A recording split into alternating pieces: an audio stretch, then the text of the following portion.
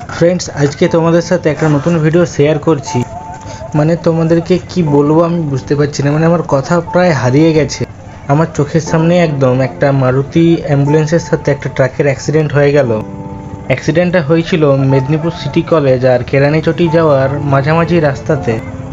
Accident হওয়ার সাথে সাথেই ট্রাকটা তো একদম সঙ্গে সঙ্গে ফেরার হয়ে গেল আর অ্যাম্বুলেন্সটার অবস্থা একদম তছনছ হয়ে গেছে, একদম খারাপ অবস্থা। অ্যাম্বুলেন্সটার ভেতরে একজন অসুস্থ পেশেন্ট ছিল এবং অ্যাক্সিডেন্ট হওয়ার সাথে সাথেই সে একদম কান্নায় ফেটে পড়েছিল। আর এই অ্যাক্সিডেন্টের কারণে রাস্তায় অনেকটা যানজট হয়ে গেছিলো, অনেক গাড়ি দাঁড়িয়ে গেছিলো, কারণ ওখানে উদ্ধার কাজ চলছিল। তারই মাঝে যতটা সম্ভব আমিও যে একটু সাহায্য করে এসেছিলাম, কারণ যতই হোক একটু সাহায্য করা তো প্রয়োজনই। তারই মধ্যে একটা ভালো খবর ছিল যে অ্যাম্বুলেন্সের ভেতরে খুব একটা সেরকম সবাই গুরুতর আহত হননি।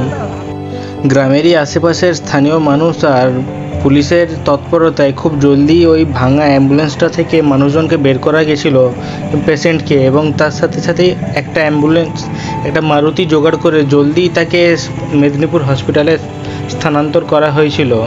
নিজের চোখে এত বড় অ্যাক্সিডেন্টটা দেখার পর তোমাদেরকে একটাই কথা বলবো যে গাড়ি কিন্তু সবসময় আস্তে চালাতে হবে, কারণ তুমি আস্তে চালালো অপরজন যে আস্তে চালাচ্ছে তার কোনো ঠিক নেই। তাই safe drive and save life.